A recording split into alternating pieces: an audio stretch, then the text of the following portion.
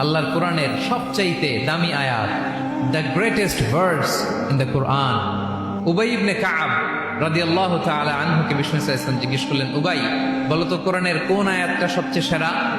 উবাই জানেন, তারপরে বললেন আল্লাহু ওয়া রাসূলুহু আ'লাম, আল্লাহ আল্লাহ রাসূল ভালো জানেন। দেখেন কত বিনয়ী ছিলেন সাহাবারা, জেনেও উত্তর দিতে চাইতেন না, ভাবতেন না জানি বিষ্ণুনবী নতুন কিছু আমাদেরকে জানায়।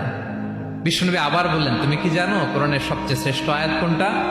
এবার উবাই ভাবলেন এবার আমি উত্তরটা দিয়েই দিই। তিনি বললেন আয়াতুল কুরসি, আল্লাহু লা ইলাহা ইল্লা হুয়াল হাইয়ুল কাইয়ুম, এটা শ্রেষ্ঠ আয়াত। বিষ্ণুনবী খুশি হয়ে উবাই ইবনে কাবের বুকে একটা চাপড় মারলেন, এরকম আদরের চাপড় দিয়ে বললেন, লিয়াহনিকাল ইলমু ইয়া আবুল মুনজির, হে আবুল মুনজির, জ্ঞান এবং প্রজ্ঞা তোমার জন্য মোবারক হোক, তুমি ঠিক বলেছো, সুবহানাল্লাহ পড়া।